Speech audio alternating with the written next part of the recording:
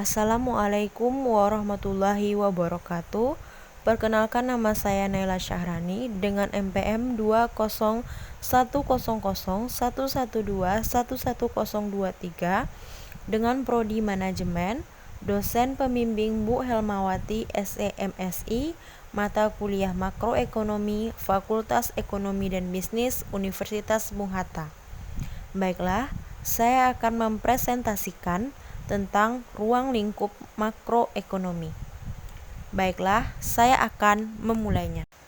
Bab 1. Ruang lingkup analisis makroekonomi. Pendahuluan. Teori atau analisis dasar ekonomi dibagi menjadi dua, yaitu mikroekonomi dan makroekonomi. Aspek yang membedakan keduanya adalah corak dari setiap analisis yang dibuat. Analisis mikroekonomi lebih membahas tentang bagian-bagian kecil dari kegiatan ekonomi pasar. Analisis dalam makroekonomi lebih menyeluruh dan secara global. Dalam makroekonomi, yang diperhatikan adalah kegiatan konsumen, perusahaan, dan suatu pasar secara keseluruhan. Analisis dalam makroekonomi. Bagaimana segi pemerintahan dan penawaran menentukan tingkat kegiatan perekonomian, masalah-masalah utama yang selalu dihadapi oleh perekonomian, peranan kebijakan dan campur tangan pemerintah untuk mengatasi masalah ekonomi yang dihadapi. Isu-isu utama makroekonomi.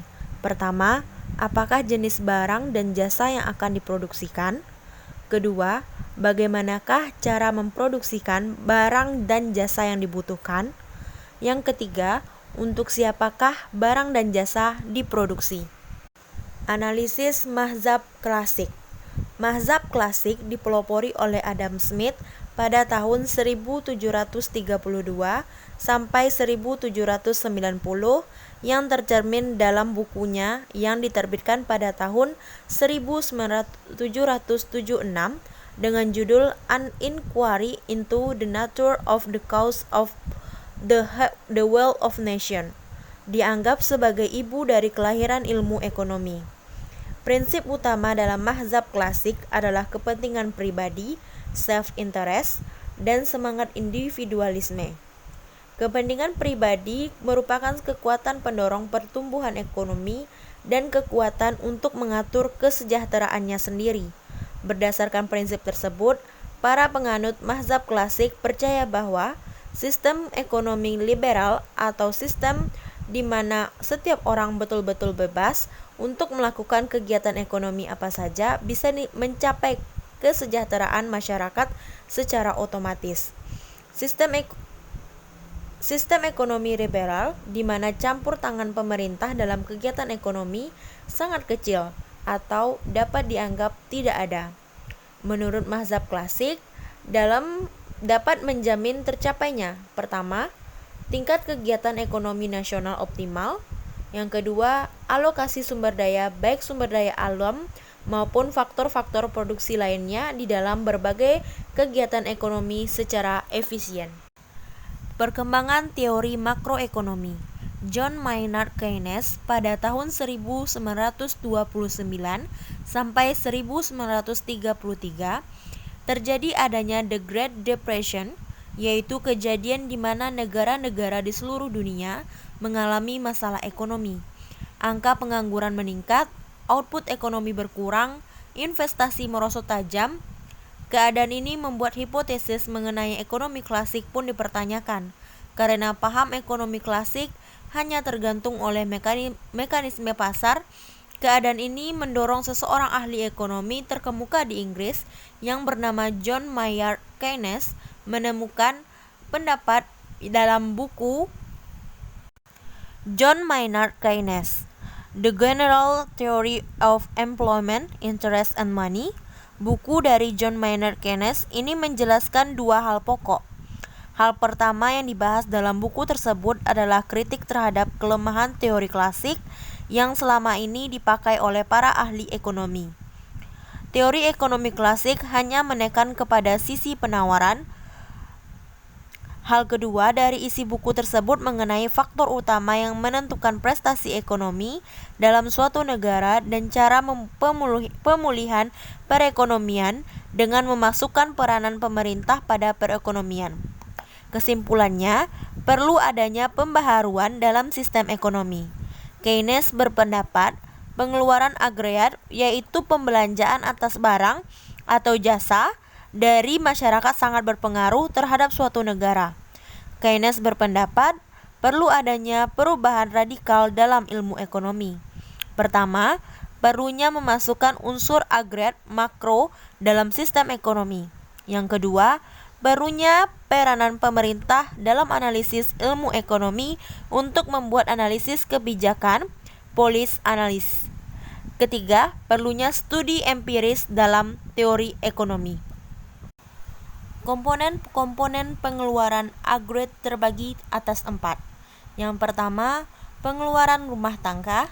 Yang kedua, investasi perusahaan-perusahaan. Yang ketiga, pengeluaran konsumsi dan pemerintah. Yang keempat, ekspor. Masalah-masalah utama dalam perekonomian. Yang pertama, masalah pertumbuhan ekonomi. Yang kedua, masalah ketidakstabilan kegiatan ekonomi. Yang ketiga, masalah pengangguran.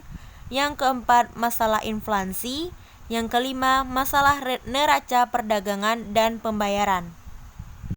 Masalah pengangguran. Pengangguran atau tunakarya adalah istilah untuk orang yang tidak bekerja sama sekali, sedang mencari kerja, bekerja kurang atau lebih dari 2 hari atau seminggu, atau seseorang yang sedang berusaha mendapatkan pekerjaan yang layak. Umumnya pengangguran disebabkan karena jumlah angkatan kerja atau para pencari kerja tidak sebanding dengan jumlah lapangan kerja yang ada. Sebab terjadinya pengangguran. Pengangguran umumnya disebabkan karena jumlah angkatan kerja tidak sebanding dengan jumlah lapangan pekerjaan yang mampu menyerapnya. Selain itu, kurangnya informasi di mana pencari kerja tidak memiliki akses untuk mencari informasi tentang perusahaan yang kekurangan tenaga kerja, dan kurangnya keahlian yang dimiliki oleh para pencari kerja. Perhatian pemerintah terhadap peningkatan soft skill kerja dan menjadi penyebab tingginya angka pengangguran di Indonesia. Masalah inflasi merupakan suatu proses meningkatnya harga-harga secara umum dan terus-menerus kontinu.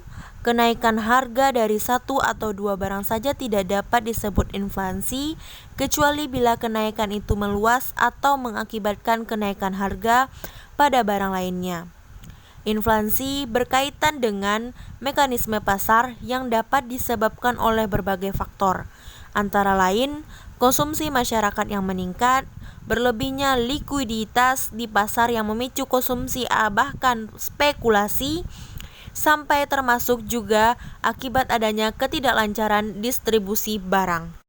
Faktor penyebab inflasi antara lain tingkat pengeluaran agregat melebihi kemampuan perusahaan dan menghasilkan barang dan jasa. Kedua, pekerja-pekerja menuntut kenaikan upah. Ketidakseimbangan neraca pembayaran. Neraca pembayaran di Indonesia atau NPI atau Balance of Payments sebagai catatan statistik atas transaksi ekonomi antara penduduk Indonesia dan penduduk Indonesia yang dihitung dalam periode tertentu. Efek dari defisit dalam neraca pembayaran. Yang pertama, penerimaan dari ekspor dan pembayaran impor untuk barang dan jasa. Yang kedua, aliran masuk penanaman modal asing dan pembayaran modal asing. Yang ketiga, aliran keluar aliran masuk, seperti mendepositkan uang. Kebijakan makroekonomi. Kebijakan makroekonomi adalah bentuk kebijakan yang diambil oleh pemerintah suatu negara yang pada prinsipnya bertujuan untuk menstabilkan perekonomian dan menciptakan pertumbuhan ekonomi yang ke arah lebih positif. Tujuan-tujuan kebijakan makroekonomi. Yang pertama, menstabilkan kegiatan ekonomi. Yang kedua, mencapai tingkat penggunaan tenaga kerja atau kesempatan kerja penuh tanpa inflasi. Yang ketiga, menghindari masalah inflasi. Yang keempat, menciptakan pertumbuhan ekonomi yang teguh. Yang kelima, mewujudkan kekukuhan neraca pembayaran dan kurs valuta asing. Bentuk-bentuk kebijakan makroekonomi. Yang pertama, kebijakan fiskal. Yang kedua, kebijakan moneter. Yang ketiga, kebijakan segi penawaran. Kebijakan fiskal. Kebijakan fiskal meliputi langkah-langkah pemerintah membuat perubahan dalam bidang perpajakan dan pengeluaran pemerintah yang dengan dimaksud untuk mempengaruhi pengeluaran agregat dalam perekonomian.